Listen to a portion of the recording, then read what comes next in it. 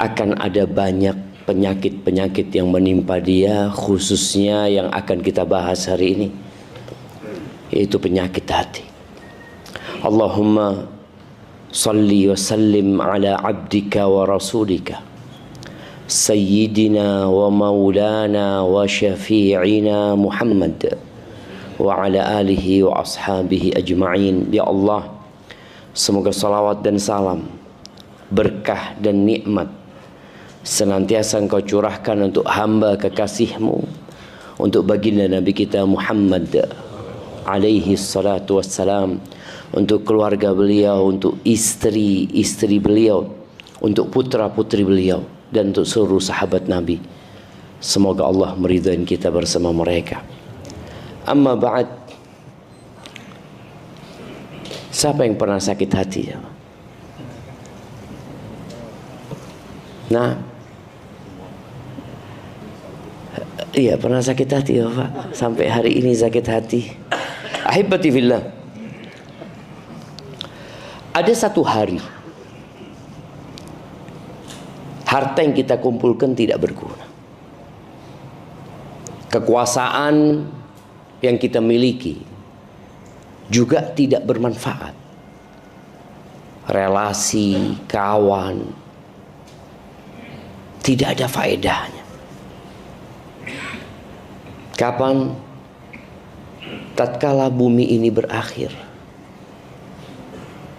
tatkala kita meninggal dunia, Allah Azza wa Jalla mengatakan yauma la yanfa'u malun wala banun. Pada hari di saat harta tidak berguna, anak-anak laki-laki juga tidak manfaat, illa man atallaha biqalbin salim, kecuali orang yang datang menjumpai Allah dengan hati yang selamat. Dulu kita di pondok itu belajar. Siapa yang pernah mondok? Banyak yang pernah mondok ya. Kita diajarin sebuah kata-kata, al-qalbus salim fil jismis salim. Dulu kita diajarin bahwasanya hati yang selamat itu adanya di tubuh yang sehat. Benar nggak? Kadang-kala kita lihat orang sehat nggak ke masjid, wah badannya keker. Pagi Ahad naik sepeda 30 kilo, masjid di sebelah rumahnya nggak nyampe. Ini badannya sehat, tapi hatinya nggak sehat. Atau memang dia nggak dengar panggilan hayya 'alas shalah. Boleh jadi. Jamaah rahimakumullah, Rasul sallallahu alaihi wasallam memberikan penjelasan kepada para sahabatnya tentang fungsi hati. Hati yang kita bicarakan jantung. Kita sedang berbicara al-qalbu, yang mungkin diterjemahkan dalam bahasa Indonesia hati. Sebenarnya al-qalbu dalam bahasa Arab itu apa artinya? Jantung. Cuma mungkin orang menerjemahkan dengan hati, yang dimaksud adalah hati sanubari yang ada di jantung, bukan hati liver yang biasanya orang kena penyakit liver ya. Enggak, ini kita bicara jantung sebenarnya. Rasulullah sallallahu alaihi wasallam mengatakan dalam hadis yang diriwayatkan Imam Bukhari dan Muslim, ala wa inna fil jasadi mudghah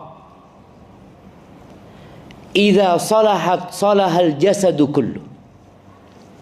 Sesungguhnya di dalam tubuh manusia itu ada satu organ yang kalau dia baik, semua tubuhnya baik. Tapi kalau dia rusak, semua tubuhnya rusak.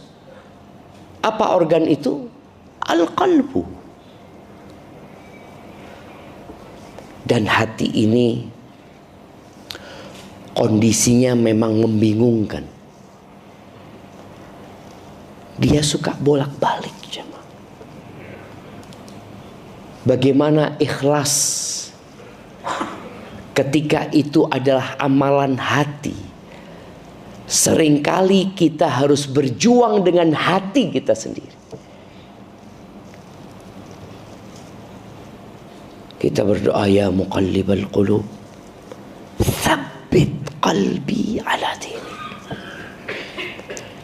Wahai yang membolak-balikkan hati, tetapkan hatiku di atas agamamu. Dan para ulama ahli sunnah wal jamaah ketika mereka menjelaskan tentang al-iman, mereka mengatakan al-imanu qaulun wa amal. Iman itu adalah ucapan dan perbuatan. Ucapan apa? Qaulul qalbi, ucapan hati. Wa qaulul lisan, dan ucapan lisan. Hati kita emangnya ngomong? Pernah antum dengarkan omongan hati?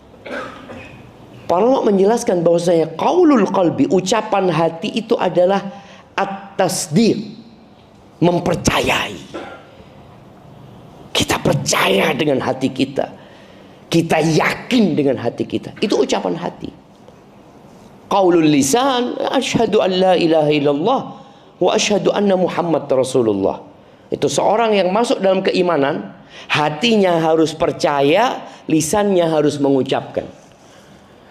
Kalau lisannya mengatakan asyhadu an la ilaha illallah wa asyhadu anna Muhammadar Rasulullah sallallahu alaihi wasallam, tapi hatinya tidak percaya, tidak ikut ucapannya lisan, apa namanya? Orang munafik. Orang munafik. Kenapa? Hatinya sakit nih. Allah Azza wa Jalla menceritakan tentang orang munafik ini, jamaah.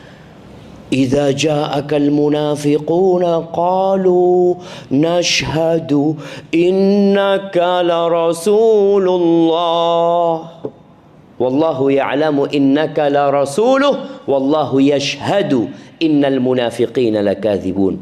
Orang munafik itu kalau datang, dia berbaiat dengan Nabi SAW, mengatakan asyhadu annaka rasulullah. Benar, beliau Rasulullah. Tapi orang munafik bohong. Tapi kondisi orang munafik dari fisiknya jangan ditanya.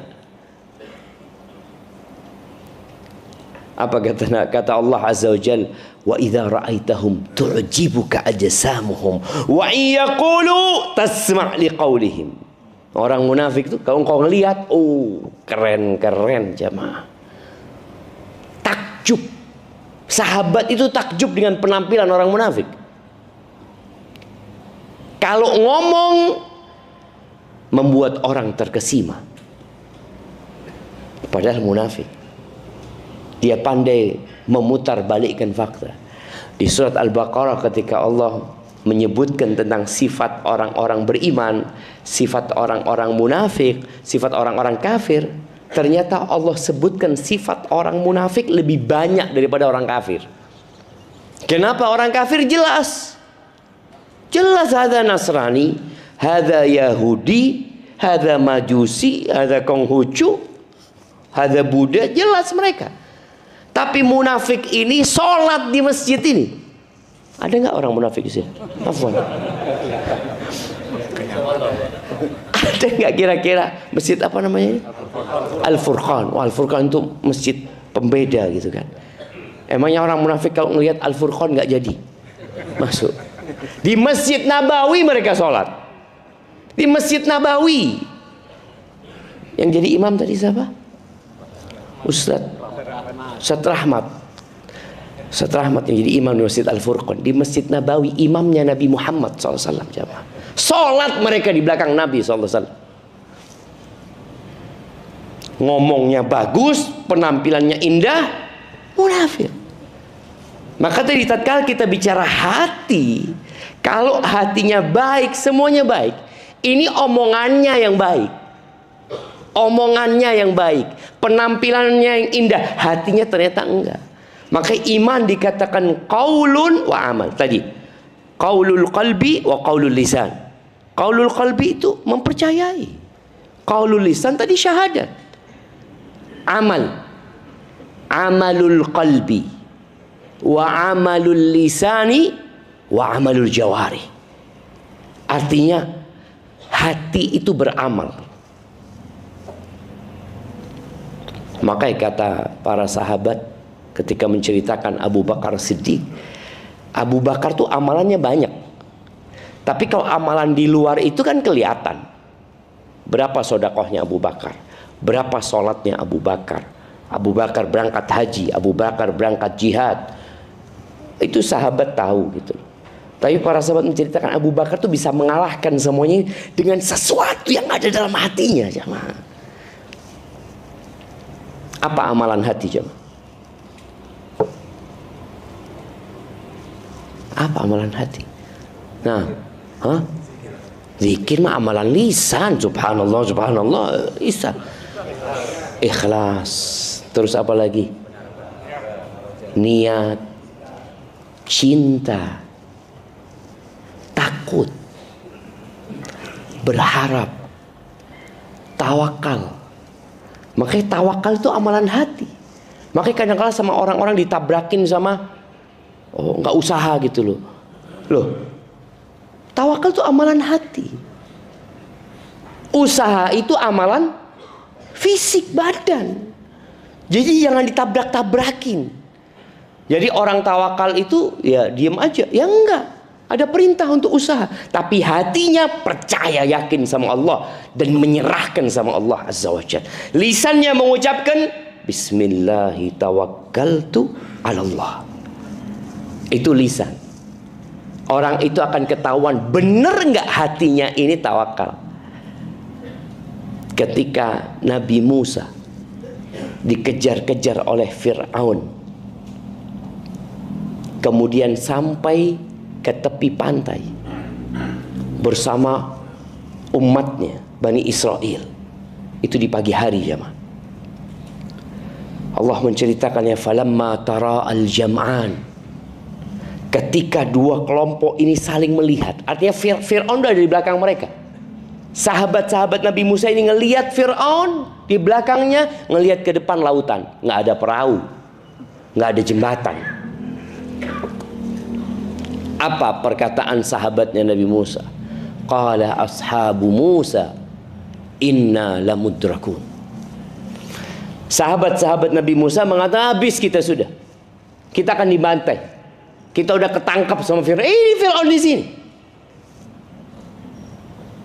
Apa kata Nabi Musa? Kalla, inna ma'iya rabbi sayahdin. Enggak mungkin. Allah yang memerintahkan kepada kita melakukan perjalanan ini. Bersama aku ada Tuhanku. Dia akan memberikan hidayah. Sudah sampaikah hati kita melakukan amalan itu? Tawakal sama saya, tawakal sama Allah. Padahal sebenarnya dia karena punya tabungan masih aman gitu. Aman lah sebenarnya. Jadi dia nggak tawakal. Dia itu karena punya tabungan. Maka sebagian orang itu Allah bikin habis semuanya. Karena dia belum hijrah seutuhnya kepada Allah Azza wa Jalla. Dia belum semuanya diserahkan sama Allah. Antum nggak melihat bagaimana para sahabat Nabi ketika hijrah dari kota Mekah ke kota Madinah, bawa apa mereka, jemaah? Rumah ditinggal. Orang tua ditinggal, kadangkala bininya pun ditinggal, hartanya pun mungkin yang nggak bisa dibawa ditinggal, usahanya tutup. Berangkat ke kota Madinah, ngapain? Sudah menuju kepada Allah dan Rasul. Kerja apa nanti di Madinah? Usaha apa di Madinah? Yang penting kita menuju kepada Allah dan Rasul. Ternyata sampai Madinah betul nggak ada kerjaan, jemaah. Betul. Nggak punya rumah. Di mana sahabat tidur? Di masjid. Masjid Nabawi itu tempat tidur, jemaah. Masjid ini boleh tidur. Nggak ada tulisan. Oh, di dalam nggak boleh. Di luar ditulis boleh tidur. Wallahi di Masjid Nabawi itu tempat tidur. 80 sahabat tidur di sana. Bukan tidur sebentar, jemaah. Sekarang sebagian umat Islam itu ya anak husnudzon sama mereka ya. Mereka mungkin melarang tidur karena takut dibuat tidur lama. Padahal sebenarnya kalau bisa silahkan tidur, mau 2 hari, 3 hari, sebulan, tafadhol. Anak pernah datang ke satu masjid, agak jahat masjidnya itu jemaah. Dilarang selonjoran. Anak ngomong astagfirullahaladzim. Sampai kayak gini ya. Ini orang itu kan dalam perjalanan capek, lelah, kepingin lah. Ini kan, ini udah nggak boleh. Mas itu dilarang selonjoran. Astagfirullahaladzim jemaah. Maka kita lihat tadi, bagaimana tawakalnya para sahabat Nabi. Sampai udah. Antum tahu sahabat Nabi yang nikah dengan disuruh nyari cincin? Berani dia nikah, jemaah. Antum berani nikah? Ketika Nabi SAW tidak tertarik dengan wanita yang menawarkan dirinya, beliau sedang tidak ingin menikah. Sahabat ini mengatakan radhiyallahu ta'ala anhu, ya, in kana laysa laka biha hajah ya Rasulullah fazawwijni iya. Ya Rasulullah, kalau engkau tidak punya keperluan sama perempuan ini untuk menikahinya, nikahkan dia sama aku. Bayangin ya, gimana sahabat ini mengatakan itu dalam rangka yang menyelamatkan wanita ini, dan kondisinya jadi nyaman gitu loh. Karena perempuan ini datang menawarkan dirinya kepada Nabi SAW untuk dinikahi. Apa kata Nabi SAW? Engkau punya apa? Kata dia. Nggak punya apa-apa. Berani nikah jamaah, itu tawakal. Oh ya nggak gitu juga loh Ustaz. Loh, kan kita bilang tawakal itu amalan hati. Akhirnya Nabi SAW, engkau coba pulang, carilah. Ada usaha. Hatinya tetap bergantung sama Allah SWT. Dia disuruh usaha, ya usaha. Dia sampai ke rumahnya, dia cari ini itu. Nggak ada ya Rasulullah. Iltamis walau khataman min hadid. Coba engkau cari lagi, walaupun cincin besi itu jadi maharnya. Ini maharnya aja nggak punya jemaah. Akhirnya dia ngomong, nggak ada ya Rasulullah. Dia masih berusaha. Gimana kalau sarungku ini ya Rasulullah? Bayangin. Ini kalau kita lihat hati orang yang beriman itu jemaah. Gimana kalau sarungku ya Rasulullah? Apa kata sahabat yang meriwayatkan hadis ini? Wallahi laisa ala atiqihi syai'. Demi Allah, di pundaknya orang ini nggak ada pakaian. Dia cuma punya sarung. Nggak ada pakaian atasnya, itu nggak ada. Apa kata Nabi SAW? Kalau engkau kasihkan mahar buat istrimu, engkau pakai apa? Tapi dia memang sudah. Dia akhirnya diam. Diam dia. Karena dia tahu sudah nggak ada. Lalu Nabi SAW bertanya, hal ma'aka syai' minal Qur'an? Engkau punya hafalan Quran? Punya ya Rasulullah. Dia sebutkan surat ini, surat ini, surat ini. Ya sudah, aku nikahkan engkau dengan dia, dengan mahar Quran yang kau miliki, untuk diajarkan kepada istrinya. Jemaah, gimana suami istri ini pulang ke rumahnya suami nggak punya apa-apa jemaah? Ya apa ya ini suamiku, sarung aja cuma bawahan, atasan nggak ada. Tapi itu perempuan juga tawakal sama Allah. Ini Nabi yang nikahkan. Sudah pulang. Rizki kalau masih punya umur, berarti masih ada rizkinya. Ingat, rizki dan umur itu jalan bersama jemaah. Rizki dan ajal ya. Makanya orang itu kalau rizkinya habis, mati, walaupun masih punya rumah, walaupun di rekeningnya dia ada banyak duitnya dia. Kenapa? Ajalnya udah habis, berarti rizkinya udah selesai. Maka seringkali kita melihat ada orang-orang sebelum yang sakit parah, subhanallah ya. Kemudian tahu-tahu dia sebelum meninggal itu sehat ya, dia minta ini, minta itu, macam-macam sama anaknya, dikasih, bahagia anaknya. Ternyata habis dikasih mati ya. Iya, dia hendak menghabiskan rizkinya. Sudah selesai rizkinya, mati. Maka tadi kita bicara amalan hati itu terkadang, bukan terkadang, seharusnya lebih besar daripada amalan raga. cinta kita, rasa takut kita kepada Allah, ya, tawakal kita, niat tadi. Amalan lisan apa? Zikir. Siapa yang nggak bisa berzikir? Subhanallah, subhanallah, subhanallah, subhanallah. Apalagi orang kalau zikirnya pakai tasbih. Boleh zikir pakai tasbih. Menurut pendapat yang benar atau yang lebih kuat, boleh zikir pakai tasbih. Tapi nggak usah dibawa keluar rumah lah. Antum di rumah mungkin mau zikir banyak. Enggak zikir banyak. Pakai tasbih. Anak zikirnya Ustaz, ya mungkin anak biasanya salawat kepada Nabi alaihissalatu sampai pagi hari itu 1000 kali Ustaz umpamanya. Ya udah, mungkin dia mau ngitung di rumahnya. Takut orang kalau nggak ngitung zikirnya, dia kadang-kadang merasa sudah banyak. Allahumma sholli ala Muhammad wa ala ali Muhammad. Kayaknya udah 200. 200 mana tuh? Belum ngitung. Tapi lebih utama berzikir dengan tangan kita. Nah, zikir itu amalan lisan. Jadi lisan kita beramal, walaupun kadang-kadang nggak nyambung sama hati. Kan ada orang yang zikir nggak nyambung sama hati. Antum habis sholat, apakah langsung connect sama hati antum ketika membaca subhanallah? Kadang-kadang enggak. Subhanallah, subhanallah, subhanallah, subhanallah. Baru mau 33, subhanallah, subhanallah. Baru mulai connect sama hati. Hatinya mulai merasakan kecintaan kepada Allah, pengagungan kepada Allah. Nah, itu yang akan dapat pahala lebih besar lagi nanti. Tapi orang ketika berzikir insya Allah tetap akan dapat pahala. Seperti baca Quran, itu amalan lisan. Maka berapa banyak orang baca Quran? Apa artinya? Wallahu a'lam, tidak tahu anak. Tapi suruh baca, anak baca. Itu amalan lisan baca Al-Quran. Tapi ketika tadabbur Quran, itu amalan hati. Dia mulai mentadabburi Al-Quran. Dan Allah perintahkan, kitabun anzalnahu ilaika mubarakun liyadabbaru ayatihi.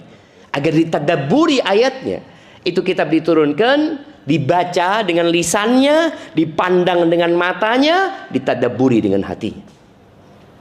Tapi kemudian iman itu adalah amalan fisik kita. Jamaah rahimakumullah, kalau bicara hati, Abu Hurairah radhiyallahu taala anhu mengatakan al-qalbu malik. Hati itu raja. Wal a'dha'u junudu. Raga kita semua ini adalah tentaranya raja. Fa idza tabal malik tabat junuduhu. Kalau rajanya baik, insya Allah tentara-tentaranya baik. Raja kalau minum, kira-kira tentaranya minum enggak? Ikut minum.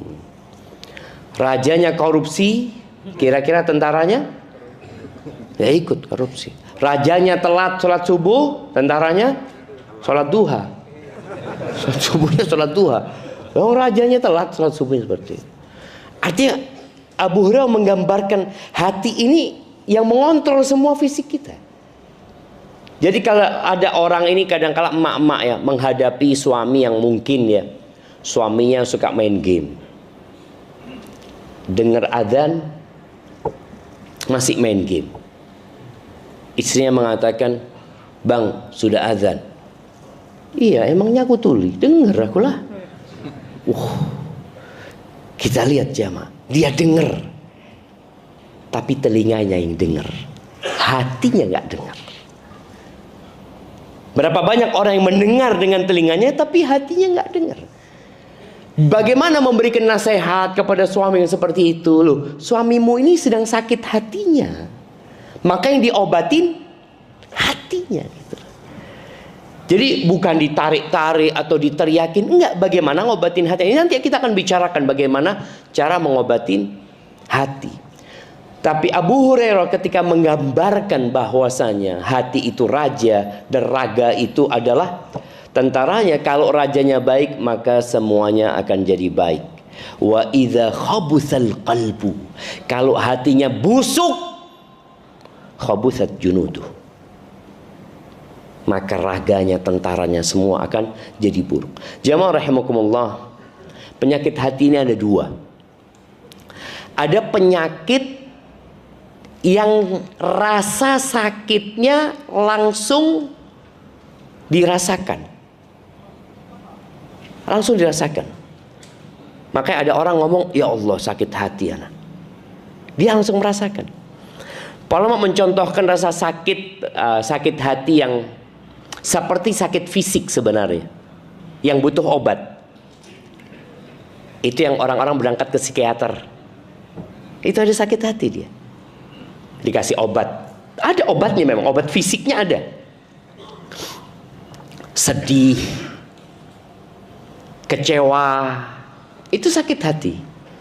Kemudian cemas, ada kekhawatiran yang berlebihan, itu sakit hati yang kadang-kala obatnya kemana? Ya ke dokter. Ada obatnya itu. Tapi juga bisa ke ustadz. Karena rasa sakitnya orang ini langsung merasakan, ya Allah saya nggak bisa tidur, kata dia. Kenapa? Nggak tahu, kalau saya mau memejamkan mata itu takut gitu ya, khawatir, was-was, dia ya Allah nggak enak. Ini penyakit bisa diobatin dengan dokter, tapi sejatinya ada obatnya dalam agama kita juga. Mengobati kecemasan, mengobati ketakutan, depresi, stres, itu sakit langsung dirasakan oleh fisiknya. Ditambah kurus badannya, makan jadi nggak enak, ada berasa. Tapi ada penyakit hati yang kedua ini, yang orang itu nggak merasa kalau dia sakit. Bahkan tadi kayak orang munafik, sehat, nggak merasa sakit. Kalau dikasih tahu antum sakit, naudzubillah, jangan suudzon sama anak. Allah mengatakan tentang orang munafik apa? Fi qulubihim marad. Di hati mereka ada penyakit.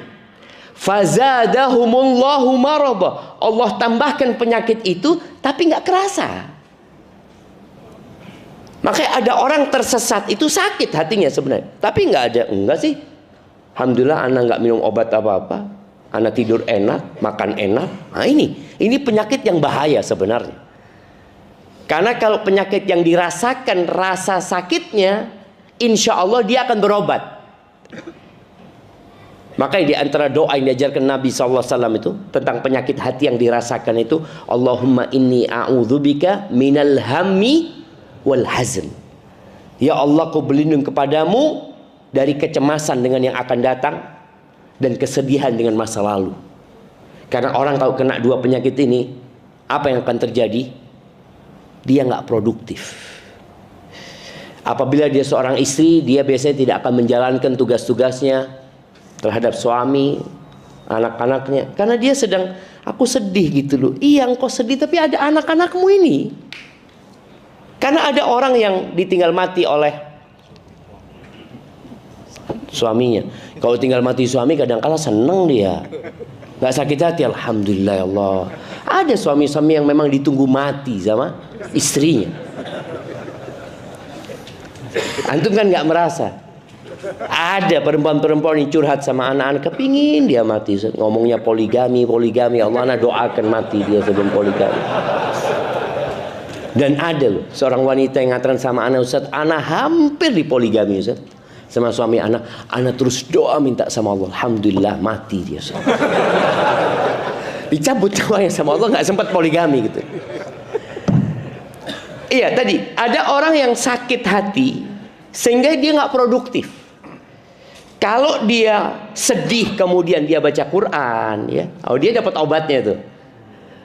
Dia cemas kemudian dia banyak berzikir, karena dengan berzikir hati akan menjadi tenang sebenarnya, dia akan merasakan kebahagiaan.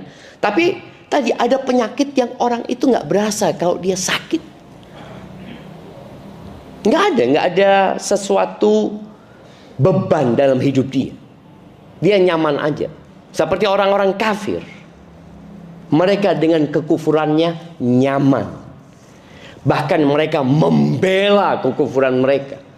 Bagaimana cerita Nabi Ibrahim dilemparkan ke api sama kaumnya. Selamat dari api neraka keluar. Kaumnya ada yang beriman? Nggak ada. Cuma Nabi Lut alaihi salam. Bagaimana Nabi Nuh alaihi salatu wassalam 950 tahun berdakwah. Tapi karena kaumnya merasa tidak sakit, maka mereka merasa nggak perlu sama Nabi Nuh. Tapi kalau sedih, cemas, orang kadang perlu dibawa ke psikiater. Ini gimana orang ini jadi seperti yang dulu. Tapi ada penyakit yang tidak dirasakan atau tidak menimbulkan rasa sakit di hati. Seperti apa jamaah? Seperti kebodohan. Seperti kemunafikan. Seperti keraguan dengan agama. Dan penyebab penyakit hati ini banyak. Yang pertama adalah kebodohan. Al-jahl.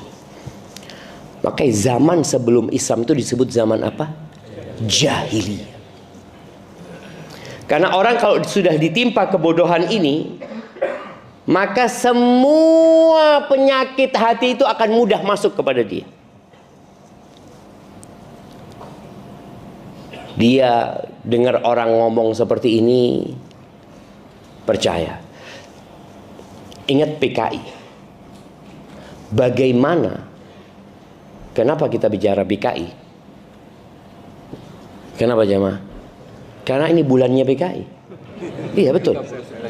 Iya kan? Ya tinggal 8 hari lagi. Bagaimana orang-orang itu Muslim loh jemaah. Mereka kalau bicara secara agama, sebagian mereka Muslim. Tapi bagaimana mereka membela pemikiran komunis pada waktu itu? Karena dianggap sama mereka inilah yang bisa membuat rakyat merasakan kesejahteraan.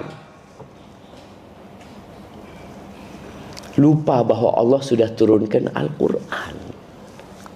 Tidak perlu kita pemikiran-pemikiran Karl Marx atau pemikiran siapa. Allah sudah turunkan Al-Quran dan Allah utus Nabi Muhammad SAW. Engkau mau cari petunjuk di mana? Maka orang kalau sudah bodoh, dia akan membenci kebenaran. Sebagian kita mungkin ketika belum hijrah, dia benci dengan ustadz-ustadz yang menyampaikan sunnah. Mungkin 2 pekan yang lalu ada satu orang datang ke rumah, dibawa sama sohib ana. Dia dari Surabaya, naik bis dia ke rumah, cuma mau minta maaf sama ana. Dia mengatakan, Ustadz, ana dulu suka ngomongin Ustadz, ana suka jelek-jelekin Ustadz, kata dia. Pokoknya Ustadz, dia batalin, bubarin kajiannya Ustadz, ini itu, kata dia. Sampai suatu hari Ustadz, ana pegang handphone, tahu-tahu lewat di IG atau di YouTube dia katakan kajiannya Ustaz tentang bagaimana sikap terhadap pemimpin. Anak awalnya nggak mau ngeliat, tapi anak mau lihat, sana mau lihat nih apa katanya Wahabi ini. Dia ngomong gitu. Dia dengerin, dia loh. Dia anak pikir Ustaz itu akan mengkafir-kafirkan, mentogut-togutkan. Kok nggak ada ya? Tadi mulai anak malam hari itu Ustaz, ana buka semua video Ustadz yang bisa ana buka. Ana dengerin. Besok pagi ketemu sama sohib-sohib dia. Dia ngomong, ternyata Ustadz Syafiq itu gak seperti yang kita sangka. Oh, engkau nonton dia kayaknya.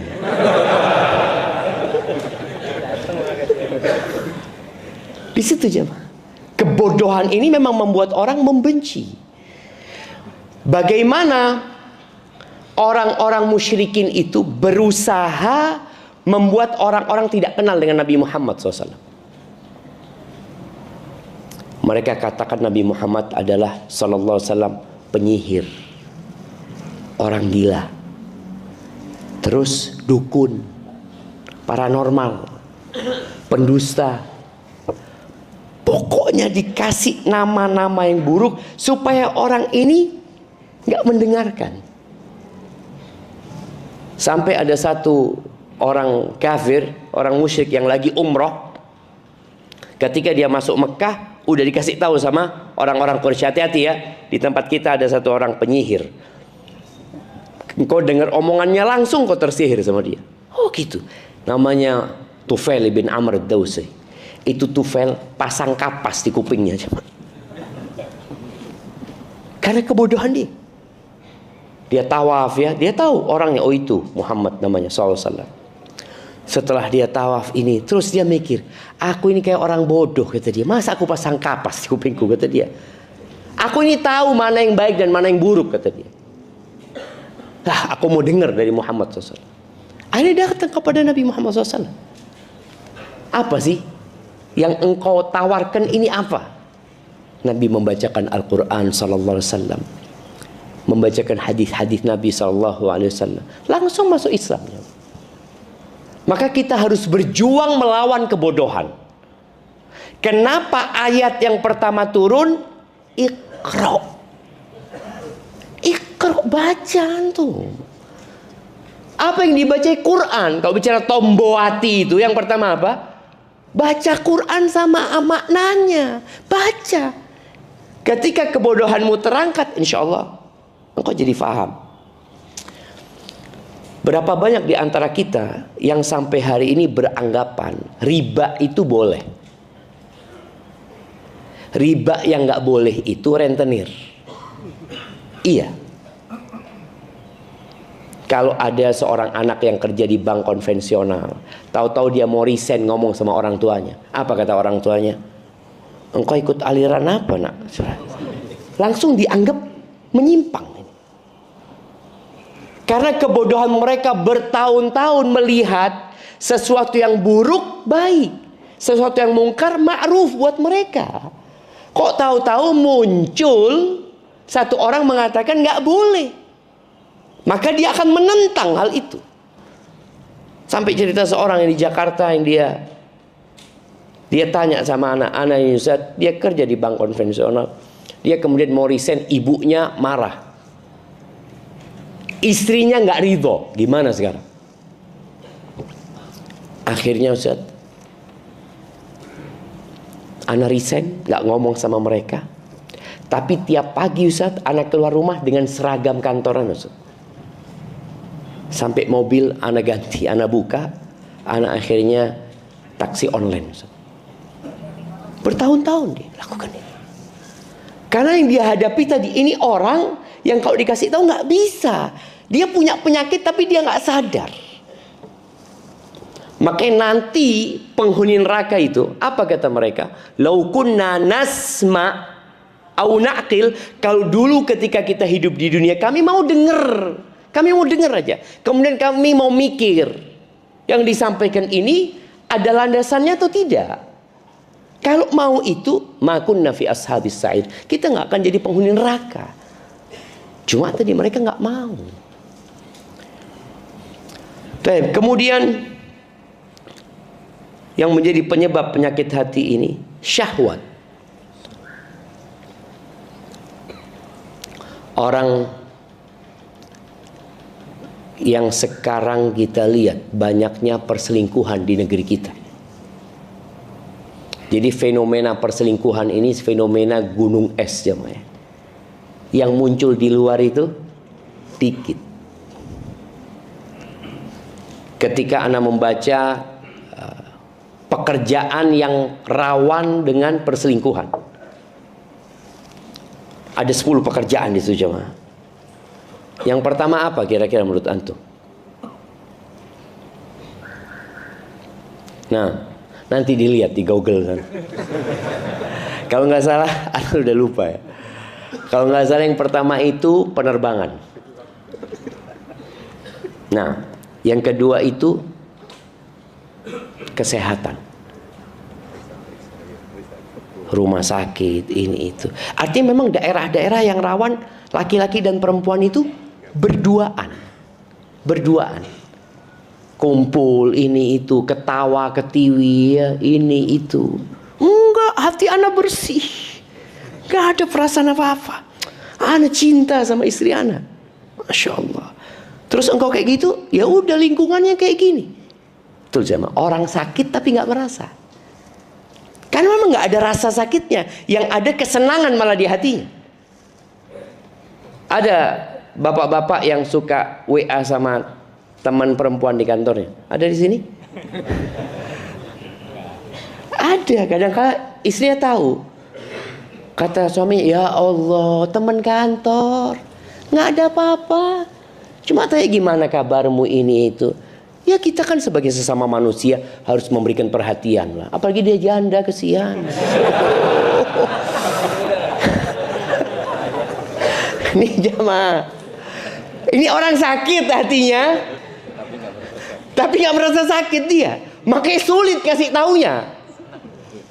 Kalau orang sakit hati kasih obat penenang. Ini abang, anak kasih obat penenang. Insya Allah abang minum ini nggak bangun lagi bang. Subhanallah. Iya, itu syahwat itu. Kemudian syahwat itu bukan hanya syahwat kepada wanita, syahwat kepada kekuasaan, syahwat kepada harta. Kalau bicara kekuasaan, orang menjadi penguasa untuk apa? Untuk cari harta? Atau harta untuk cari kekuasaan? Biasanya kita sering dengar harta, tahta, wanita. Ini syahwat semuanya. Dan Nabi SAW mengatakan, "Madhibani ja'i'an." Tidaklah dua serigala yang lapar yang dilepas di kandang domba. Gimana serigala lapar dilepas di dalam kandang domba, yang dombanya nggak bisa lari kemana-mana. Lebih merusak daripada hirsul mar'i, daripada ambisi seseorang kepada jabatan dan kepada harta dalam merusak agama seseorang. Jadi rusaknya agama itu lebih parah kalau sudah ada ambisi harta dan kekuasaan, daripada rusaknya tuh domba-domba yang dikirimin 2 ekor serigala yang kelaparan itu. Bayangin kalau serigala kelaparan ya, dia ngelihat domba, Masya Allah, dia makan ini dikit, lihat itu lari, dia gigit yang ini, lihat, wah Masya Allah. Padahal dia sebenarnya 1 ekor aja nggak habis mungkin jemaah. Tapi karena dia ambisi, dia udah gigit ini udah mati nih. Dia ngeliat, oh ada lagi nih Masya Allah. Makanya orang kalau sudah ambisi kepada harta dan jabatan, seperti minum air laut. Dia udah punya duit ini, udah cukup duitmu. Buat 7 turunan gak habis. Tambah 7 tanjakan juga gak habis.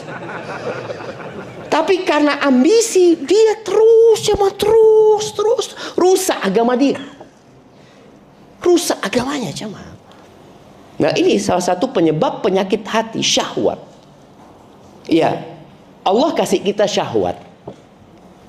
Karena kehidupan ini nggak akan bisa berlangsung tanpa syahwat. Tapi syahwat itu harus dikekang.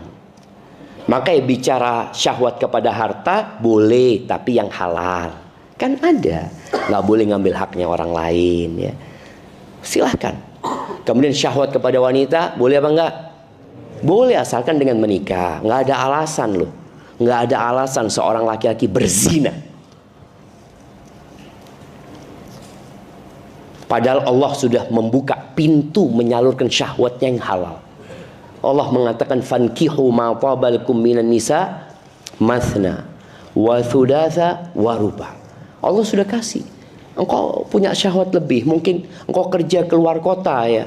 Istrimu di Bekasi sini, ini Bekasi Bogor. Istrimu di Bogor sini. Engkau kerja di Bekasi. Berapa jauh tuh jauh? Ya mungkin dia istrinya di Bekasi. Dia kerjanya anggap di Merauke. Yang dia mungkin berbulan-bulan di sana. Dia punya syahwat. Dia mikir, ya apa aku menyalurkan syahwatku? Pulang nggak mungkin. Seperti itu. Apa yang bisa dia lakukan? Nikah. Puasa, Masya Allah. Keren nih. Nah, nikah. Kalau nggak mampu baru puasa gitu loh. Puasa dulu apa nikah dulu? Kata Nabi SAW, barang siapa yang punya kemampuan disuruh apa? Nikah. Kalau nggak mampu nikah, baru puasa gitu kan. Jadi puasa dulu apa nikah dulu? Dia ini udah nikah Ustaz, tapi istrinya jauh gitu loh. Ya mungkin puasa, betul. Tapi ketika nggak mampu, karena terus terang ada di tempat-tempat daerah-daerah daerah apa ya? Daerah pekerjaan tambang ini itu ya, yang jauh, mereka mungkin berbulan-bulan di sana. Di sana ada pelacur-pelacur yang memang melacurkan diri sama. Sampai anak punya kawan, seorang insinyur dikirim ke sana, sakit dia. Berangkat ada dokternya, lengkap apa semua. Dia datang ke dokter. Dok, anak sakit, dok, kata dia. Sakit apa? Biasalah, dok. Ya Allah, kata dokter. Kok nggak pakai pengaman, kata dia. Loh, sakit apa, dok, kata dia. Lah, anak pilek, dok. Maksudnya sakit biasa, sakit pilek biasa. Pikirnya dokter sakit kelamin. Karena rata-rata penyakitnya di sana itu penyakit kelamin. Mereka berzina. Karena mereka berpikir kalau kawin lagi, aduh Zat, kawin lagi ruwet Ustaz. Belum menghadapi mertua, menghadapi kakak ipar, menghadapi istri, sayang sama anak-anak. Aduh enggak Ustaz, enggak, sudahlah. Asallah kalau punya keinginan salurkan dikit, nanti tobat sama Allah. Na'udzubillah. Memang betul, ketika seorang melangkah ke tempat yang halal, berjuang dan berkorban. Orang kalau cuma berzina, dia punya uang 100 juta. Kira-kira bisa berzina dengan berapa wanita dia cuma? Berapa wanita? Berapa kira-kira? Ya tergantung tarifnya Ustaz, gitu kan. Kalau yang tarifnya sejutaan dapat 100 wanita. Bayangin coba. Tapi dengan uang 100 juta mungkin dia bisa menikah dengan satu wanita. Dia menikah dengan satu wanita. Tapi ruwetnya bertahun-tahun. Betul. Nabi SAW istrinya 9. Antum pikir tenang-tenang Nabi SAW. Oh, piring pecah di rumah Nabi SAW. Piring pecah. Sallallahu ala Nabi SAW. Jadi ingat, jangan sampai syahwat antum, karena antum berpikir menyelamatkan rumah tangga. Ya, anak-anak nggak mau nikah lagi lah. Ya, kalau antum nggak nikah lagi, bisa puasa, bisa menjaga diri, alhamdulillah, itu yang diharapkan. Tapi kalau kemudian antum berpikir berzina, karena melihat kawan-kawan antum semua di sana pada berzina, mereka berzina aman-aman aja, engkau nggak apa-apa, aman lah, nggak ada yang tahu. Padahal Allah mengawasi mereka. Padahal sejatinya lelaki yang berzina akan membawa laknat ke rumahnya, menghilangkan berkah di keluarganya. Tapi ketika dia menikah lagi, memang terjadi keributan, tapi halal. Maka ingat, nggak ada alasan seorang laki-laki berzina. Ya Ustaz, istri ana nggak memberikan izin. Ustaz. Siapa izin? Istrinya yang mengizinkan, jemaah. Antum boleh jadi sampai mati, yang nggak dikasih izin. Tapi kalau antum cukup satu, alhamdulillah. Jangan dibohong-bohongi sama temen. Antum kenapa nggak nikah lagi? Ada yang suka dorong-dorong kawannya jemaah untuk kawin lagi, padahal orang ini nggak butuh. Akhirnya karena dorongan itu, bener juga katamu ya. Akhirnya dia nikah, berantakan rumah tangganya. Karena dia hanya dikasih doping sama kawannya, bukan karena kebutuhan. Maka ingat, ini termasuk yang membuat penyakit hati, syahwat. Syahwat kepada wanita, syahwat kepada harta, syahwat kepada kekuasaan. Kemudian ahibati fillah, yang membuat penyakit hati ini adalah kawan-kawan buruk, lingkungan yang buruk. Ana sebutkan sebab-sebab ini, nanti obatnya antum sebenarnya sudah paham. Kawan yang buruk. Dan biasanya orang itu akan condong kepada yang sama.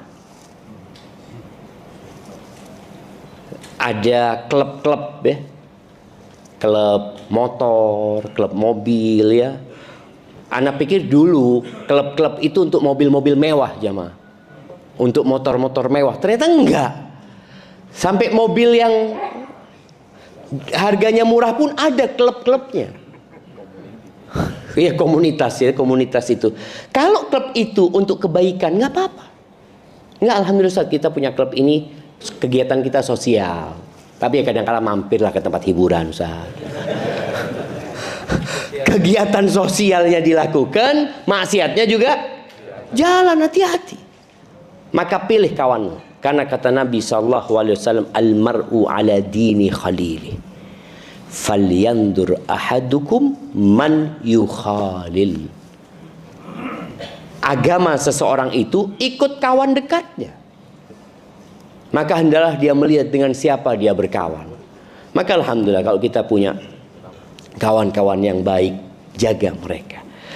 Sebelum Anda lanjutkan, antum yang di sini, semua sudah kenal dengan yang di kanan dan di kirinya? Udah kenal? Kenalan dulu, baru kita lanjutkan. Loh, ayo jangan. Loh, antum. Kenal, itu saudara antum. Kita ini bicara salah satu penyebab penyakit hati itu kawan-kawan buruk. Dapat kawan baik nggak mau antum.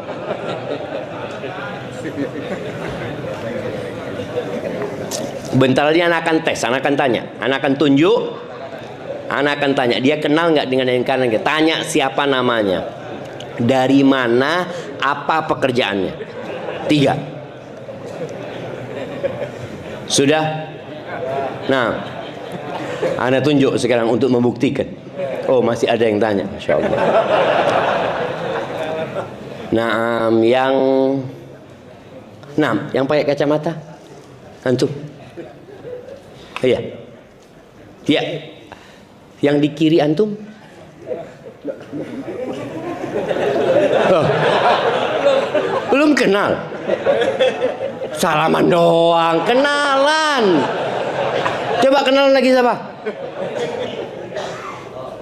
Dari mana?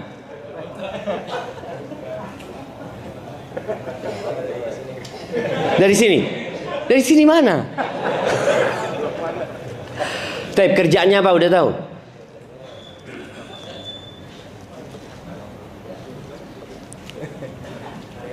Oke, istrinya berapa? Tanyain.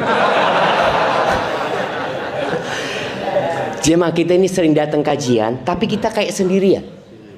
Iya, datang. Habis gitu pulang aja udah. Padahal disinilah kita berusaha mencari kawan baik yang menjaga hati kita. Boleh jadi tukar nomor handphone ya. Suatu saat nanti ketika ada kajian dilihat, engkau kok nggak datang kajian? Lama aku nggak ngeliat sama kamu. Inilah yang dibutuhkan kawan-kawan baik jamaah, yang mengingatkan kepada kebaikan. Kita tuh kalau sama kawan pemain bola, sama-sama suka bola, Masya Allah jamaah. Antum lihat bagaimana solidnya pendukung bola itu. Kalau Jakarta apa namanya? Jackmania gitu kan. Itu solid banget mereka jemaah. Seperti itu. Mereka berangkat kemana, nonton ini itu, naik mobil, susah mereka siap. Ada juga termasuk yang anak takjub ya, dengan kesolidan klub Vespa. Iya, Vespa butut itu, ada temennya mati, berhenti semuanya ya mah. Bagaimana? Loh, kenapa kalau ada temennya yang hatinya sakit, dia nggak lagi datang kajian? Siapa yang akan membawa dia? Maka di sini kita perlu kawan-kawan baik. Selain kawan baik itu juga punya syafaat kelak pada hari kiamat. Mungkin dia akan ingat kita ketika dia masuk surga. Kemudian lihat mana fulan yang biasa kajian sama ana di Masjid Al-Furqan. Kok nggak kelihatan? Mungkin dia minta sama Allah supaya antum dikeluarkan dari api neraka. Maka tolong, itu termasuk yang merusak hati. Kawan-kawan yang buruk. Kemudian memperbanyak hal-hal yang mubah. Itu termasuk merusak hati. Seperti apa? Banyak tidur, banyak makan. Kan ada orang yang kerjanya kulineran terus. Ya kuliner sana, kuliner sini, macam-macam dia kemana-mana. Waktunya habis untuk perjalanan saja, jemaah. Ada orang yang makan nasi goreng di Dago di Bandung. Makan nasi goreng, apa? Kaki 5 nih, zen. Pulang lagi sudah ke sini. Loh, gitu doang. Iya. Antum lihat bagaimana orang-orang melakukan hal-hal yang mubah, kelebihan, yang akhirnya hati jadi sakit. Nonton bola boleh nggak? Boleh, tapi kebanyakan nonton bola, jadi nggak kajian antum. Kenapa? Kalau kajian, kajian ngantuk Ustaz. Kalau nonton bola semangat. Itu berarti sakit hati antum. Di tempat obatnya hati, antum males. Di tempat penyakit hati, antum semangat. Sehat, banyak ngobrol. Sekarang ini adanya kafe-kafe yang kadangkala orang duduk cuma beli kopi, ngobrolnya 3 jam. Kajian 1 jam sambil tidur masih. Jadi kajiannya cuma 1 jam, udah selesai, alhamdulillah. Jadi kadangkala orang itu tadi, hati ini kalau sudah sakit jamaah, dia akan merasakan kenyamanan dengan kemaksiatan, kenyamanan dengan hal-hal yang mubah, tapi hal-hal yang diperintahkan dia jadi nggak nyaman. Maka tolong tadi berusaha untuk mengurangin lah hal-hal yang mubah ini. Handphone ini juga boleh punya handphone, boleh sekali-kali antum matikan handphone dari pagi sampai besok, supaya antum merasakan, ya Allah, tenang ya. Tenang jemaah. Tapi ada orang yang subhanallah nggak bisa lepas dari handphone. Dia beli power bank yang paling besar. Ternyata power banknya habis jemaah. Dia beli kabel 7 meter. Pokoknya bagaimana dia terus terkoneksi dengan sesuatu yang sebenarnya nggak ada manfaatnya buat dia. Ada sebagian orang yang nggak berani matikan handphonenya ketika mau tidur. Nggak berani. Takut ada rezeki, Ustaz. Allahu Akbar, nolak rezeki kan nggak boleh, Ustaz. Berusaha kita jemaah. Boleh pegang handphone. Anak-anak saja harus dibatasi pegang handphone. Oh ya kan anak-anak Ustaz belum ngerti, Ustaz. Kalau kita bapak-bapak alhamdulillah udah paham. Paham apa? Kita kadangkala juga menyusahkan anak dan istri kita. Sampai ada seorang keluarga yang mengatakan kita punya bapak itu al-hadirul ghaib, kata dia. Al-hadirul ghaib. Ada bapaknya ada itu, kata dia. Ngapain? Nggak tahu. Kita lihat bapak kita, diajak ngobrol nggak nyambung. Maka usahakan ketika makan handphone nggak dibawa. Anak ngomong sama istri anak, kalau nyuapin anak, makan sama anak, jangan nonton sesuatu apapun. Kan banyak orang sekarang nonton sambil makan. Anak ngomong enggak. Ini kesempatan ibu menjalin komunikasi dengan anaknya. Sambil makan, cerita, ngobrol, bermain, ini itu. Bukan dikasih tontonan. Anaknya nonton, emaknya nonton. Udah bisa kasih makan lagi, nonton lagi emaknya. Jangan. Maka berusaha. Ahibati fillah. Ya, kalau bicara itu sebab-sebab orang yang sakit hati. Tandanya orang yang sakit hati itu dia sudah tidak lagi mengingkari kemungkaran. Bahkan dia nggak nyaman dengan ketaatan. Dia kalau berada di grup, contoh nih ya, ada grup, lalu ada yang kirim urusan agama, mengingatkan sholat subuh umpamanya. Langsung, ini grup bukan urusan agama ya. Ini grup urusan sepak bola. Iya, benar-benar dia itu nggak mau ada agama. Ini tanda orang sakit. Ketika ngobrol masalah agama, dia seperti ikan yang keluar dari air. Benci dengan hukum-hukum agama. Jadi kalau sudah bicara syariat, aduh syariat lagi. Apa obat sakit hati ini? Sebagian ulama menyebutkan ada banyaklah obat sakit hati ya. Ada 5 tombol hati yang mungkin sering kita dengar ya. Itu ucapan salah satu dari ulama. Yang pertama adalah qiraatul Quran bitadabbur. Membaca Al-Quran dengan tadabbur. Maka lihatlah orang-orang yang sakit hati. Biasanya dia baca Quran, tapi dia nggak mentadabburi. Atau dia memang nggak pernah baca Quran. Maka nasihat ana, jangan sampai antum memejamkan mata di malam hari kecuali sudah baca Quran dengan tadabbur, walaupun 1 ayat. Kalau bisa 1 lembar, antum baca 1 lembar, antum baca artinya, antum renungkan, sudah tutup. Insya Allah kalau tiap hari antum baca Al-Quran 1 halaman, bukan 1 lembar ya, 1 halaman, berapa tahun hatam? 2 tahun insya Allah hatam jemaah. 2 tahun hatam. Nanti ketemu lagi. Tapi jangan sampai ada hari berlalu antum nggak baca Quran. Tolong baca Quran sama ditadabburinya. Antum akan rasakan nikmatnya. Sampai Utsman bin Affan mengatakan, "Lau tahurat qulubukum ma syabi'at min kalami rabbikum." Kalau hati kalian bersih, kalian tidak akan pernah puas baca Al-Quran. Sedangkan kita sekarang ini masih terbebani dengan baca Quran. Mau baca 1 juz aja, ya Allah, buka lagi, tinggal berapa halaman ya? Nanti beda halaman, lihat tinggal berapa halaman, ya Allah, kok nggak selesai-selesai, kata dia. Antum bisa lihat bagaimana Imam Syafi'i di bulan Ramadan hatam Al-Quran 60 kali jemaah. Anak mikir, ya opo ya, gimana mereka bisa seperti itu? Ternyata hati masalahnya. Lu waktunya Ustaz, Allah kasih berkah di waktu ketika orang baca Al-Quran. Utsman bin Affan diriwayatkan bagaimana dia pernah sholat witir 1 rakaat masuk ke Masjidil Haram. Dia mulai dengan baca Al-Baqarah, ruku ketika membaca An-Nas jemaah. Dari habis Isya sampai hampir subuh jemaah. Nabi alaihi salatu wasallam sampai bengkak kakinya. Bagaimana cerita Hudzaifah bin Yaman ketika dia sholat di samping Nabi SAW. Kemudian Nabi baca Al-Baqarah. Rakaat pertama ini udah Al-Baqarah. Pikirnya Hudzaifah, ya mungkin 100 ayat ruku. Ternyata 100 ayat lanjut jemaah. Oh mungkin sampai selesai Al-Baqarah. Selesai Al-Baqarah masuk ke surat An-Nisa, disebutkan di sana. Sampai katanya Hudzaifah, aku punya niat nggak benar sampai waktu itu.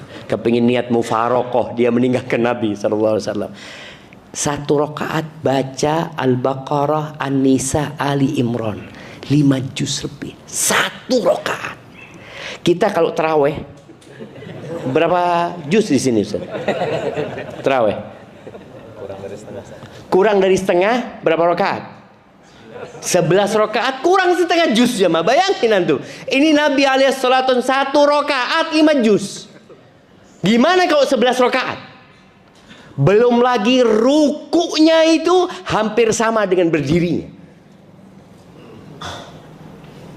Ingat ini sholat sunnah.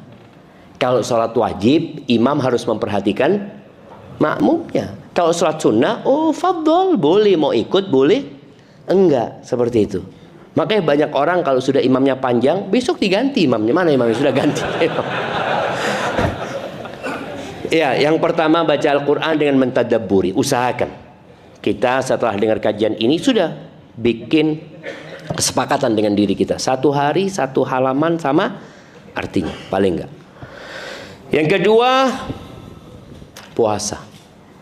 Ngurangin makan, jemaah. Ngurangin makan.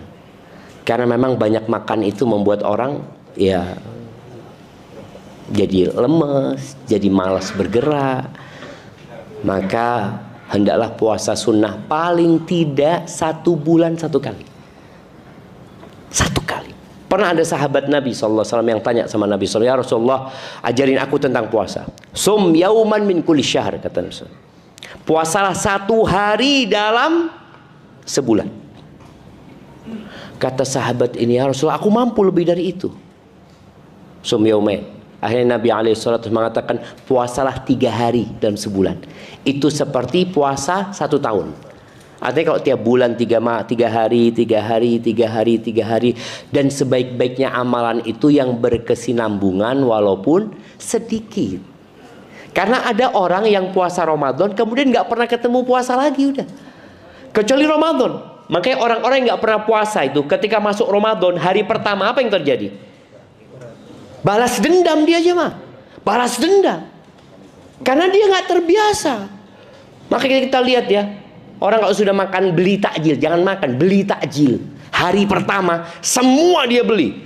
Dia taruh di meja makan. Allah Akbar, ada kolak ya, ada ini, ya Allah, lihat jam, ya Allah. Kalau bisa dia telepon ke masjid. Nggak bisa adzannya disegerakan, Pak. Artinya dia nggak terbiasa. Biasakan sebulan sehari. Jadi orang yang nggak pernah puasa sunnah, usahakan sehari sebulan. Itu termasuk tombol hati. Nanti kalau sudah setahun, alhamdulillah antum istiqomah, mungkin bisa ditambah 3 hari. Alhamdulillah bisa istiqomah, ditambah Senin, Kemis umpamanya. Semua sesuai dengan kemampuan. Tapi paling enggak kita punya amalan puasa dalam setiap bulan. Taib, yang ketiga wa qiyamul lail. Salat malam. Paling sedikitnya witir sebelum tidur. Jadi antum salat Isya berjamaah di masjid, pulang kalau takut umpamanya nggak bangun, udah salat witir. Nabi SAW mewasiatkan kepada Abu Hurairah radhiyallahu anhu untuk tidak tidur kecuali salat witir. Sudah salat witir. Jadi salat malam antum. Tapi yang mampu lebih lah. Umpamanya enggak, aku mau salat sebelum subuh, ya alhamdulillah lebih utama sepertiga malam akhir. Tapi ketika tidak mampu, udah sebelum tidur. Yang penting istiqomah. Paling enggak 3 lah antum. Walaupun witir boleh 1, antum ambil 3. Kalau memang antum males, ya bacanya nggak usah panjang-panjang. Karena ada orang yang mulai awal sholat malam, kan boleh sholat sunnah buka Quran kan. Awal pertama sholat malam langsung baca Al-Baqarah. Kan katanya Ustaz Nabi baca 5 juz, ana coba. Akhirnya besok nggak sholat lagi antum. Enggak, pelan-pelan lah, pelan-pelan. Yang penting istiqomah dulu. Paling enggak sebelum tidur 3 lah. Kalau bisa sebelum subuh lebih baik. Kemudian yang keempat, berdoa di waktu sahur. Ini akhirnya bangun malamnya kalau bisa di akhir malam. Jadi sebelum subuh antum beristighfar, mohon ampun sama Allah Azza wa Jalla dan berdoa. Allah mengatakan tentang penghuni surga, kata Allah Azza wa Jalla, wa bil ashari hum yastaghfirun. Di waktu sahur mereka itu istighfar. Kita lihat ya di negeri kita, bukan negeri kita, di banyak negeri sebenarnya. Ketika bulan Ramadan di waktu sahur itu malah banyak tontonan yang membuat orang lupa dengan sifat penghuni surga.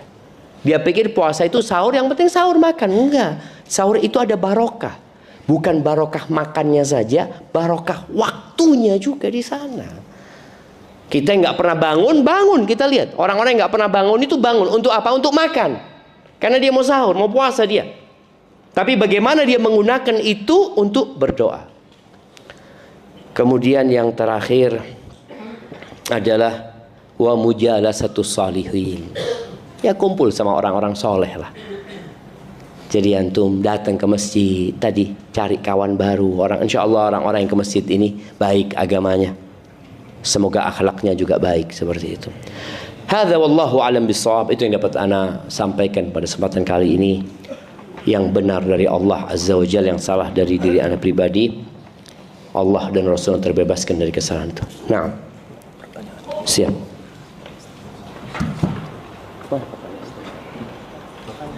Oh, tanya jawab. Bismillah. Siap. Bismillah.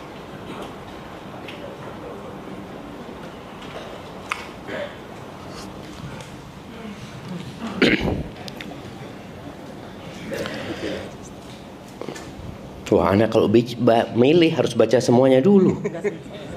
Ini sudah disaring.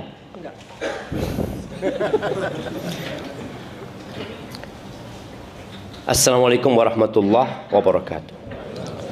Afwan Ustaz, izin bertanya. Saya seorang ibu tunggal dengan 3 anak. Yang dimana 3 tahun ini saya mengalami perjuangan yang begitu berat. Berbagai macam ujian yang saya alami. Tapi Ustaz, sejak full saya berjuang sendiri, ada kalanya saya suka tidak terima dengan kehidupan saya yang sekarang. Apalagi saya kalau lihat teman-teman saya dengan mempunyai keluarga yang enak dilihat, saya merasa sedih Ustaz. Apakah yang saya alami sekarang mungkin dari akibat dosa-dosa di masa lalu saya? Tapi saya selalu berdoa, saya ingin sekali membahagiakan ibu dan anak-anak saya. Yang kebetulan ibu saya yang udah sepuh dan sekarang tinggal dengan saya. Dan Ustaz, apakah saya pantas Ustaz yang pendosa ini berdoa minta sama Allah untuk mendapatkan jodoh yang saya inginkan? Sedangkan bisa dibilang iman dan ketakwaan saya masih di ujung kuku. Dan bagaimana Ustaz menghilangkan rasa sakit di hati dengan ujian yang saya alami? Mungkin saya masih suka ada rasa iri, dengki dengan orang-orang yang saya lihat mereka baik-baik saja kehidupannya. Masya Allah jamaah. Iya. Yang pertama, ana ingin menyampaikan kepada ibu yang bertanya ini, engkau nggak sendirian. Semua orang yang ada di sekitarmu juga memiliki ujian. Cuma ada di antara mereka yang pandai menyembunyikan masalah mereka dengan senyum di bibir mereka. Ada orang-orang yang punya masalah, tapi kita melihat kayaknya bahagia dia. Mungkin kalau engkau letakkan telingamu di tembok rumah mereka, engkau akan dengar mereka juga punya masalah. Kenapa? Karena hidup ini adalah masalah. Oleh karena itu ada sebuah athar, ya, sebuah cerita tentang Dzulqarnain. Ketika dia mau meninggal dunia, dia itu kirim surat sama ibunya. Dia tulis surat sama ibunya, dia mengatakan kepada ibunya, ini raja Dzulqarnain. Dia kata, "Uma, engkau undang semua orang-orang sekampung. Engkau bikinkan makanan yang enak sekali. Lalu engkau nanti bacakan suratku kepada mereka." Sudah diundang orang-orang ini, dikasih makan yang enak, tapi kan belum dipersilahkan sama tuan rumahnya. Lalu sang ibu mengatakan, "Aku dapat surat dari anakku, aku mau bacakan kepada kalian." Ternyata Dzulqarnain mengatakan, yang boleh makan hanya yang tidak punya masalah. Satu kampung nggak ada yang makan. Sahih, kita semua punya masalah gitu loh. Dan Allah sudah menakar kemampuan kita menghadapi masalah itu. Makanya kenapa bunuh diri tidak dibenarkan? Merasa aku nggak mampu menghadapi ini. Engkau mampu, tapi engkau nggak mau. Beda ya antara nggak mampu sama nggak mau. Kalau nggak mampu, nggak mungkin Allah kasih ujian itu. Allah itu Ar-Rahman Ar-Rahim. Dan Allah sudah membuat sebuah pernyataan, la yukallifullahu nafsan illa wus'aha. Allah sudah buat pernyataan itu. Lalu kita mengatakan, aku nggak mampu, engkau mampu. Dan kita ketahui bahwasanya tanda cinta Allah itu bukan kenyamanan dalam kehidupan, bukan keluasan dalam rizki, enggak. Bahkan kata Nabi alaihi salatu wassalam, idza ahabballahu 'abdan ibtala. Kalau Allah cinta sama hambanya, Allah kasih balak dia. Maka lihatlah balak ini sebagai tanda cinta Allah. Kemudian tadi harta tidak menjadi ukuran. Lalu jangan memandang kepada yang di atasmu. Jangan pernah membandingkan dirimu sama orang lain. Ini juga para orang tua. Jangan pernah membandingkan anaknya dengan orang lain. Walau dengan anaknya sendiri. Kau lihat tuh kakakmu. Jangan. Kau lihat, Masya Allah tuh anaknya tetangga kayak gini. Jangan. Kenapa? Engkau telah menanamkan kebencian dan kedengkian di diri anak itu. Kalau ingin membandingkan, bandingkan dia dengan dirinya sendiri. Engkau bandingkan dirimu dengan dirimu sendiri. Alhamdulillah aku lebih baik ya Allah. Alhamdulillah aku punya rezeki ya Allah. Alhamdulillah selalu. Anak dikata, nak, Masya Allah engkau kemarin bisa loh nak.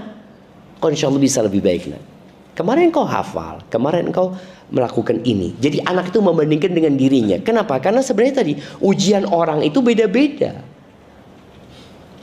Kalau mau membandingkan, Nabi SAW mengatakan, unduru ila man huwa asfala minkum. Lihatlah kepada yang di bawah kalian. Wala tanduru ila man huwa fauqakum. Jangan melihat kepada yang di atas kalian. Fahuwa ajdaru an la tazdaru ni'matallah alaikum. Karena ini lebih pantas buat kalian dan akan membuat kalian tidak meremehkan nikmat yang Allah berikan kepada kalian. Nih perempuan yang tadi cerita. Kalau dia bandingkan dirinya dengan orang yang buta, dia akan tahu nikmat Allah Azza wa Jalla. Kalau dia bandingkan dengan seorang wanita yang ditinggal sama suaminya, kemudian dia stroke, dia akan tahu. Ternyata ya Allah banyak nikmat Allah sama aku. Engkau punya anak, Alhamdulillah. Ada orang-orang yang gak dikasih anak sampai mati. Dikasih harta, dia keliling ke sana, kemari. Gak dikasih anak. Allah kasih anak sama engkau. Maka jangan pernah membandingkan dirimu sama yang di atasmu. Sekali-kali datang ke tempat-tempat bencana. Datang ke rumah sakit yang terapi stroke. datang ke sekolah orang-orang buta, kita akan tahu, ya Allah, nikmat-Mu banyak ya Allah. Cuma memang manusia ini, kata Allah, wa qalilun min ibadiyas syakur, sedikit dari hambaku yang pandai bersyukur. Dan ingat, kehidupan dunia ini adalah untuk beramal. Semua kesenangan akan berakhir, tapi nanti di akhirat semua kesusahanmu akan dijadikan pahala kalau engkau sabar. Kemudian yang menjadikan orang itu kaya adalah hatinya, bukan hartanya. Makanya kata Nabi SAW, laisal ghina an kathratil arab. Kaya itu bukan dengan banyaknya harta benda, dengan banyaknya aset, bukan. Walakinnal ghina ghinan nafs. Kaya yang sebenarnya itu kaya jiwanya. Dia selalu mengatakan, alhamdulillah, alhamdulillah ya Allah, Engkau berikan kepada aku yang tidak diberikan kepada orang lain, kepada yang di bawah dia maksudnya. Dan orang kalau sudah punya kaya jiwa itu qanaah ya. Apa kata Imam Syafi'i? Sebelum ucapan Imam Syafi'i, ucapan Nabi SAW. Nabi mengatakan alaihi salatu wassalam, irda bima qasamallahu lak takun aghnan nas.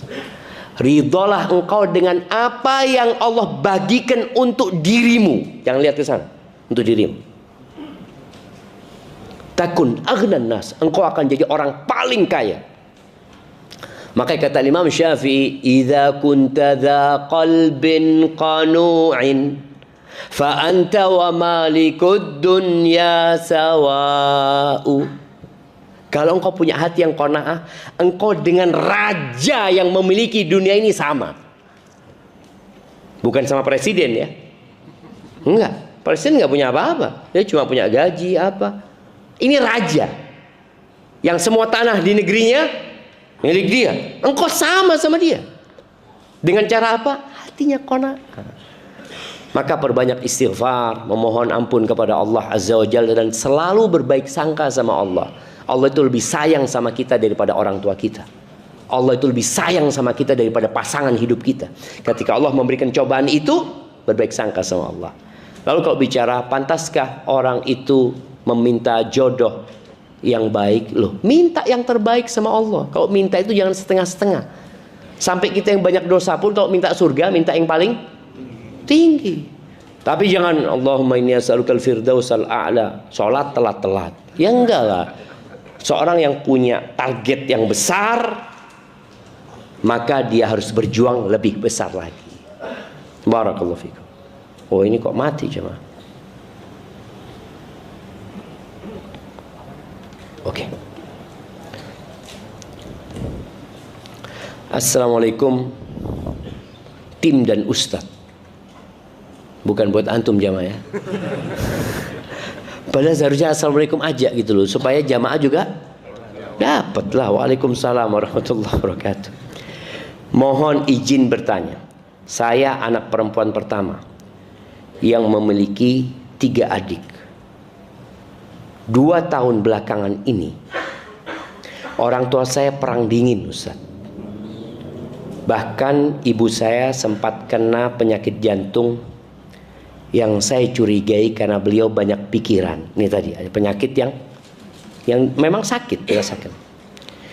Belakangan ibu curhat bahwa salah satu penyebab keributan adalah ibu saya menemukan bapak saya ternyata penyuka sesama jenis. Alhamdulillah min dzalik ya. Dan memiliki seorang selingkuhan. Karena berat sekali bagi saya menerima kenyataan tersebut, dan yang paling saya kasihani yaitu ibu saya. Kadang saya nolak karena tidak sanggup mendengar jika ibu bercerita tentang hal tersebut. Tapi ibu saya bisa bercerita ke siapa lagi, Ustaz? Mohon nasihatnya, Ustaz. Apa yang perlu ibu saya lakukan dengan saya sebagai anak, harus gimana? Terima kasih Ustaz dan tim. Allah memberikan kesehatan dan keberkahan selalu. Allahumma amin. Jemaah, lihat ujian orang tuh beda-beda. Ada orang nggak punya suami, Ada orang punya suami, suaminya kayak gitu. Apa yang harus dilakukan? Yang pertama, katakan inna lillahi wa inna ilaihi raji'un. Ini musibah yang besar, bukan musibah yang kecil.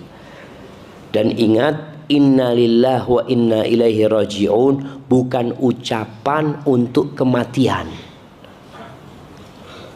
Karena kadangkala ada orang dapat innalillahi wa inna ilaihi raji'un lalu mengatakan apa? Siapa yang meninggal? Karena dia nggak terbiasa, padahal innalillahi itu untuk musibah. Innalillahi wa inna ilaihi raji'un. Apa kenapa katanya? Kucing anak mati.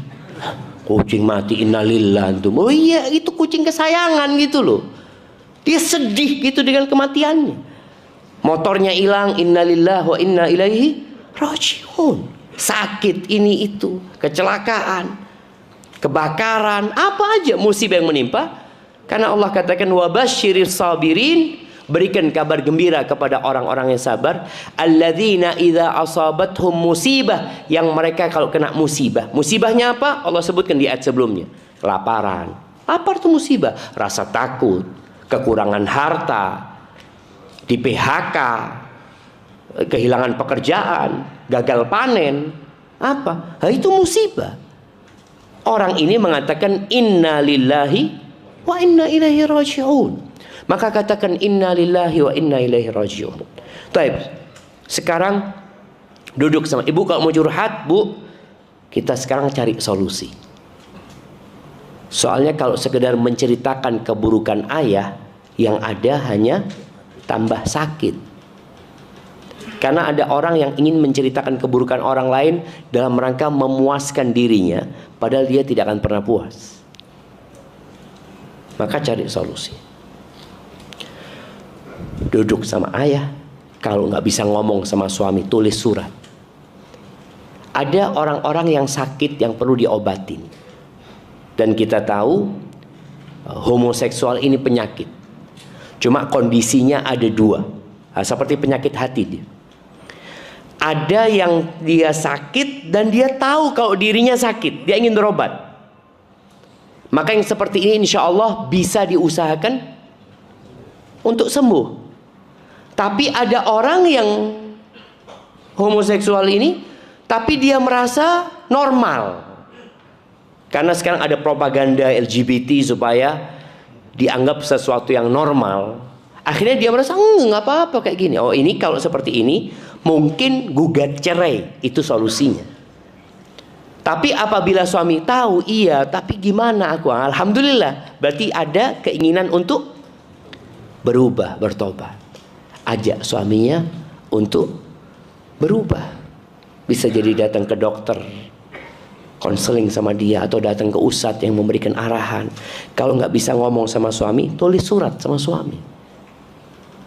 Kadangkala ada suami yang nggak tahu kalau istrinya tahu. Ada istrinya yang nyimpan itu jemaah. Padahal istrinya tahu.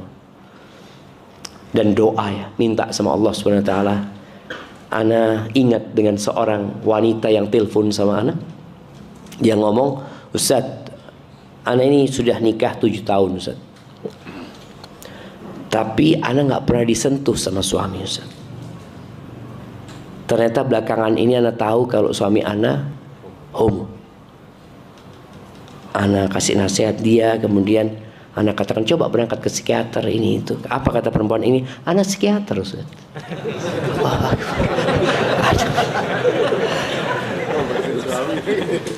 Cuma kadang-kadang ngobatin suami susah. Kenapa? Karena suami merasa pemimpin. Kan susahnya ngasih nasihat pemimpin itu kan, engkau siapa gitu loh. Itu sulit, tapi tetap kita berusaha. Namun ketika tidak mampu tadi perlu ada mediator. Jadi buat sang anak ini, tadi ketika ibu curhat, ibu kita cari solusi. Solusinya apa sekarang? Solusinya kita tanya sama ayah, ngobrol sama ayah, supaya ayah terus terang. Kalau memang ayah nggak mau terus terang, mungkin bisa pakai pihak ketiga, mediator. Dan ini aib ya, ini aib. Aib yang nggak perlu banyak orang tahu. Cukup ustadz itu aja umpamanya, atau kita tadi mediator itu orang yang bijak, yang bisa ngobrol sama suami, ngasih tahu suami. Jangan akhirnya kemana-mana. ngobrol sama kawannya yang tidak akan memberikan solusi, hanya menambah sakit hati. Sambil terus didoakan ya. Barakallahu fikum.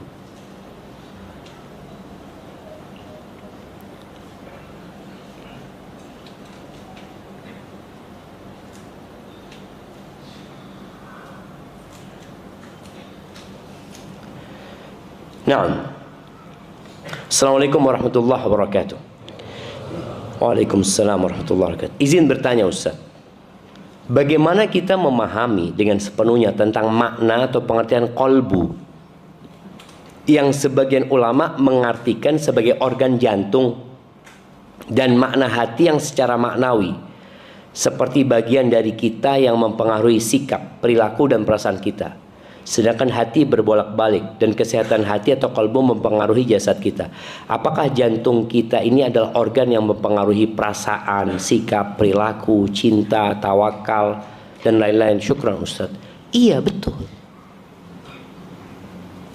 Cuma diterjemahkan bahasa Indonesianya hati, bukan jantung. Ya ini mungkin masalah terjemahan aja. Bahasa Inggrisnya apa? Al-qalbu. Heart. Heart itu apa? Jantung kan sebenarnya kan. Tapi heart diterjemahkan bahasa Indonesia apa? Hati juga gitulah. Padahal sebenarnya organ itu adalah jantung. Kalau bicara hati, hati itu liver kan? Ini bukan liver. Ya wallahu a'lam dari kata apa ya kok bisa kemudian diterjemahkan jadinya hati. Kemudian kita terbiasa dengan nama hati itu. Jadi jantung inilah yang sebenarnya Allah katakan fis sudur, di dalam dada. Kalau liver itu di mana? Di samping kan, bukan di dada sini. Jadi benar memang al-qalbu itu adalah jantung. Dan kita tahu jantungnya baik, organ fisiknya semuanya baik insya Allah. Tapi kalau ada sumbatan di jantungnya udah selesai. Biasanya akan berpengaruh kepada yang lainnya, seperti itu. Barakallahu fikum. Makanya ketika kita berdoa, ya muqallibal qulub, tsabbit qalbi ala dinik, yang dimaksud adalah jantung kita sebenarnya. Baik, pertanyaan terakhir jemaah. Bismillah Ustaz. Bagaimana menyikapi birrul walidain yang ditutup haknya atau dihalangi haknya? Qadarullah, orang tua usia sekitar 90 tahun hidup di rumahnya bersama 3 anak perempuannya, yang mereka anak perempuannya sudah berusia juga, dan dari mereka terbiasa berbuat zalim baik harta maupun zalim kehormatan terhadap kami anak-anak laki-laki dan istri dan anak laki-laki dari istri. Tunggu.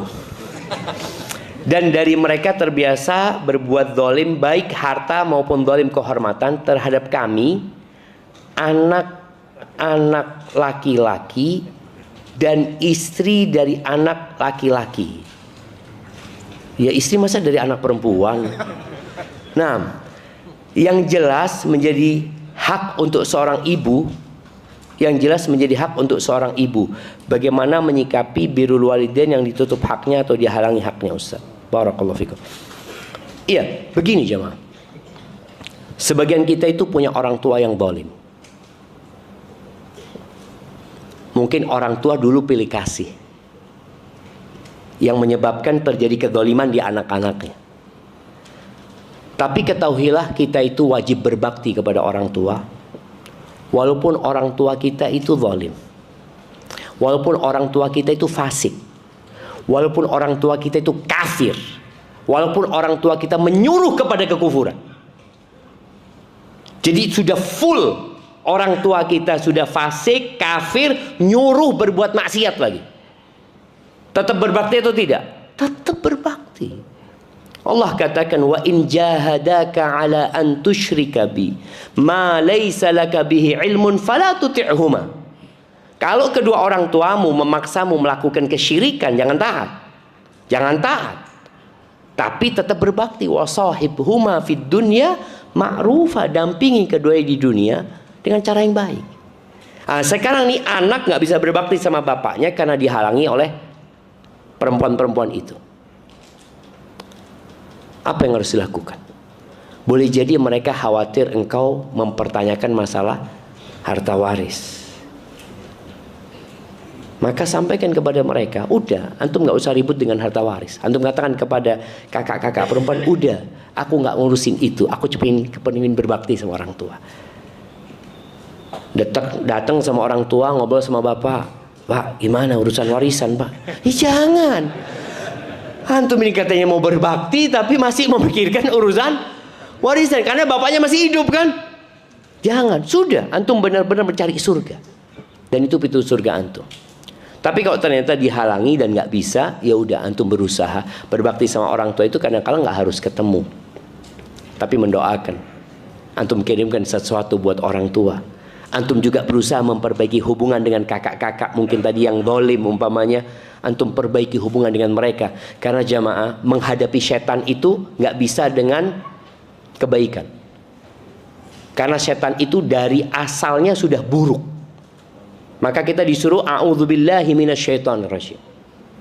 Tapi kalau menghadapi manusia yang menjahati kita, apa kata Allah? Idfa billati hiya ahsan. Balaslah keburukan itu dengan yang lebih baik dari kita. Fa idzal ladzi bainaka wa bainahu adawatun ka'annahu waliyyun hamim. Permusuhan yang ada nanti bisa jadi hilang jamaah. Jadi persahabatan yang sangat dekat sekali. Hadza wallahu a'lam bishawab. Alhamdulillah jamaah, utang ana lunas jamaah.